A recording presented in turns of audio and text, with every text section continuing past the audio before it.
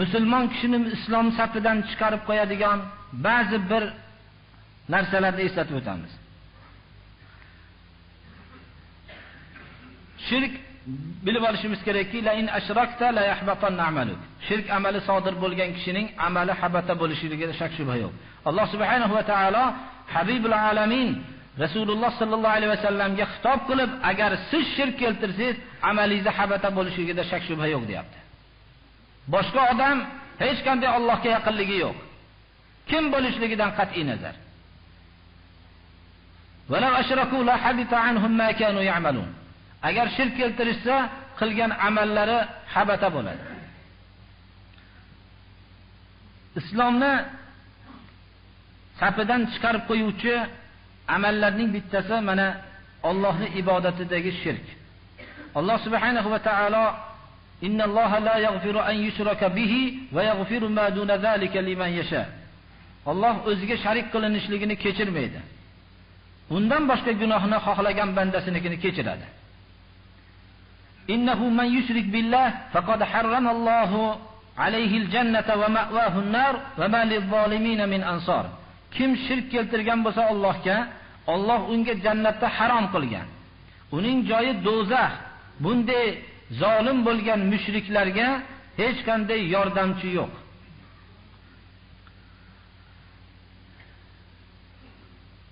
Ikkinchisi, shirkning islomga zid bo'lgan narsalardan bittasi o'zi bilan Allohning o'rtasida vosita qilgan. Duo qiladi. Bir narsalarni so'raydi, shafoatni so'raydi va tavakkul qiladi. Shu narsalarga tavakkul qiladi. Biror ishda muzdarib bo'lib qolsa, hozirgi aytilingan narsalarga bittasiga tavakkul qilib chiqib ketaveradi. Yo bir ishni qilaveradi. Agar o'zi bilan Allohning o'rtasida duo qiladigan, tavakkul qiladigan, shafoat so'raydigan va biror bir narsani nazr qiladigan va biror narsani so'yadigan narsani vosita qilsa, bu odamning mushrik bo'lishligida shak shubha yo'qdir. Uchinchisi, mushrik odamni kofir deya olmasa, yoki mushrikning mushrikligida shak qilsa, buning ham kofir bo'lishligida shak shubha yo'qdir.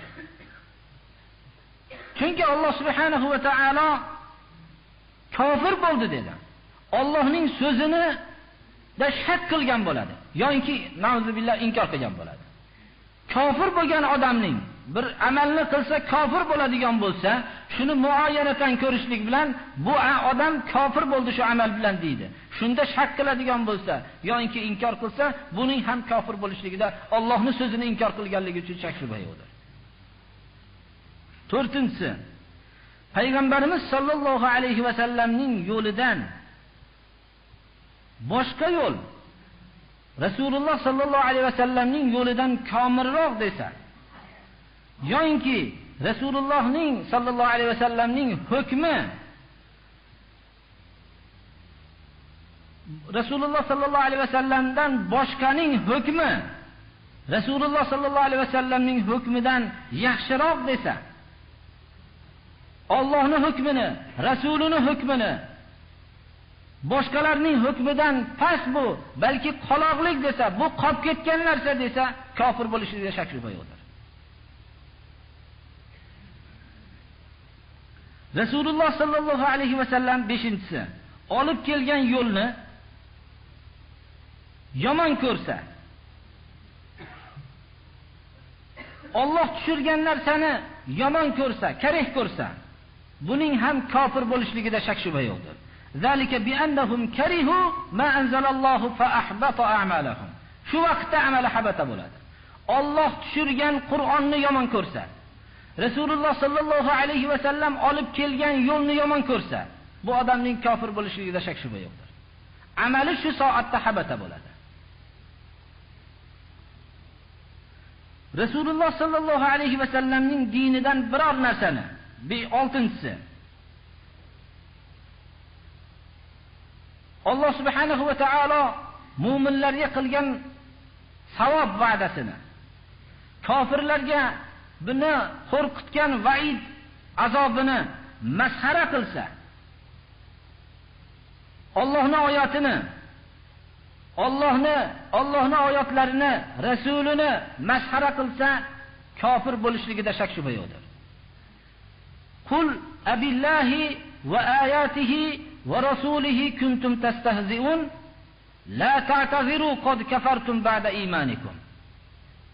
Allohning oyatlarini va rasulini masxara qilyapsizlarmi? Sizlarga masxara qilinadigan hayotda hech narsa qolmasdan Allohning oyati va rasuli qoldimi? Uzr aytmanglar. Kofir bo'lganligingizda shak shubha yo'q. Avval iymonda edinglar, shundan keyin sizlar kofir bo'ldinglar. Mana bu dalil bo'ladi bizga. Shuning uchun Rasululloh sallallohu alayhi va sallamning sunnatlarini masxara qilishlikdan ehtiyot bo'lmoqlik kerak, birodarlar. Agarchi o'zi qilmayotgan bo'lsa ham masxara qilib qo'yishlikdan, moddiy falsafaning ta'siri ostida ko'ziga Rasululloh sallallohu alayhi va sallamning sunnatlari xunuk ko'rinib qolishligidan ehtiyot bo'lmoqlik kerak. Biror bir kishi misvok tutayotgan bo'lsa, misvok sunnati muakkadaligida shak shubha yo'q. Agar shu misvokni og'ziga bir yog'ochli yo boshqa narsalar qilyapti, masxara qilishlikdan ehtiyot bo'lmoqlik kerak. Boshqa sunnatlarni ham o'zi qilmayotganligini, nuqsoni haqida fikr qilsin, boshqa odamning qilayotgan sunnatini masxara qilishlikdan ehtiyot bo'lmoqlik kerak. Bu Payg'ambarimiz sollallohu alayhi va sallam buyurgan bo'lgan sunnatlardan. Misvok agar ummatimni mashaqqatga solib qo'yishlik xayoli bo'lmaganda, ularni misvokka buyurdim va xufton namozini kechaning 3dan 1-qismiga tugaganda o'qishga buyurdim derdi. Shuning uchun agar ba'zi ulamolar masxara qilgan kishining kofir bo'lishligida shak shubha yo'q deb tafsir qilishganlar. Ba'zilar ehtiyot tomonini olib va rasulihini o'ziga payg'ambar haqida ketyapti gap deyishganlar. Shuning uchun ehtiyot bo'lmoqligimiz kerak, birodarlar. Chunki biz islomni masxara qilingan tuzumda o'sdik. Shuning ta'siri, bizda bu zaharning ta'siri bor, birodarlar. Shuning uchun payg'ambarimiz sollallohu alayhi va sallamning biz otalarimizda ko'rmagan sunnat yoki boshqa narsani sahih hadislar bilan sabit bo'lgan sunnatni masxara qilishlikdan nihoyat darajada ehtiyot bo'lmoqligimiz kerak. O'zi hayotimizning hammasi xatodan tashkil topgan. Biz bunga o'zimizning xatoyimizni hisobga olishligimiz o'zi yetadi. Bu aqidaviy masaladir. 7-si sehr. Sehr qilgan odamning kofir bo'lishligida shak shubha yo'qdir. Shu jumladandir va minhu sarfu val atfu. Ya'ni biz isitma va sovutma deymiz. Bir narsani, yomon ko'rgan narsani yaxshi ko'rsatishlik uchun harakat qilinib, bir jinkashlik va boshqa bir g'aybiy yo'llar bilan, har xil mana sehrgarlar qiladigan yo'llar bilan qilish yoki bir narsani ko'ynini sovutishlik uchun biror amalni qilishlik, bu kufrdir. Qur'oni Karim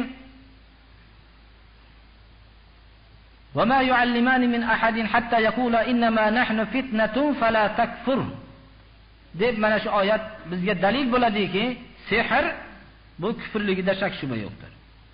8-si mushriklarga yordam berish musulmonning zarariga.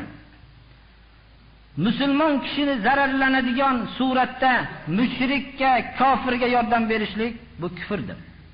Ya'ni yordam berish oshkora, majburlanmasdan o'z ixtiyori bilan musulmonning zarariga yordam berishlik bu kufrdir, birodarlar. Va man yatawallahum minkum fa innahu minhum. Innalloha la yahdil qawmaz zolimin. 9-si ba'zi kishilarga Muhammad alayhisalomning shariatidan chiqish mumkin deb e'tiqod qilsa, nauzubillah, kofir bo'ladi. Ya'ni ba'zi odamlar bir maqomga yetsa namoz o'qimay tursa bo'laveradi, yoki ba'zi ro'zani tutmay tursa bo'laveradi deb uzrsiz. Shunday Rasululloh sallallohu alayhi vasallamning shariatidan tashqariga chiqishlik mumkin deb e'tiqod qiladigan bo'lsa, ba'zi kishiga nisbatan mumkin desa, mana ko'proq umumiy xalqlarning o'rtasida bu kishi yetishgan valiyulloh darajasiga borgan bu kishi endi ba'zi amallarni, shariatda hukmlarni qilmasa ham bo'laveradi desa kofir bo'ladi. Rasululloh sallallohu alayhi va sallam eng katta valiyulloh shu kishilar. Ashoblar eng katta valiyulloh shular. Bularning darajotiga hech kim yeta olmaydi. Keyingi kishilar u sahobalarning darajotiga yeta olmaydi. Ularga mumkin bo'lmagan narsa nima uchun bunga mumkin bo'ladi? 10. Allohning dinidan e'roz qilishlik. Bu islomga ziddir, birodarlar. Allohning dinini esga solsa, bosh tortsa, buni Alloh subhanahu va taolo mujrim deb, ya'ni dinsizlardan deb aytayapti. Va man azlamu mimman zukkira bi ayati rabbih, Rabbining oyatlari esga solinsa-yu, summa a'rada anha, bundan yuz o'girsa, inna minal mujrimina muntaqimun. Bunday mujrimlardan intiqom olamiz. Kimdan Alloh subhanahu va taolo intiqom oladi? Albatta dinsiz odamdan intiqom oladi. Shu narsalarni birodarlar, hozir islomga insonni islomdan chiqarib qo'yuvchi narsaning 10 tasini gapirib o'tdik. Buni biroq hazillashib aytsa ham farqi yo'q. Jiddiy gapirganda ham farqi yo'q. Qo'rqib gapirsa ham farqi yo'q. Lekin mukrah, majburlangan kishi mustasnodir. Ammor ibn Yosirni hammamiz mana u haqdagi bo'lgan hikoyani va bu haqda nozil bo'lgan oyatni hammamiz bilamiz. Majburlanishlikning ma'nosini ham bilib qo'ymoqligimiz kerak. Rasululloh sallallohu alayhi va sallamni dinini masxara qilasan, masxara qilmaganlar jazo oladi desa, masxara qilsa u mukrah bo'lmaydi.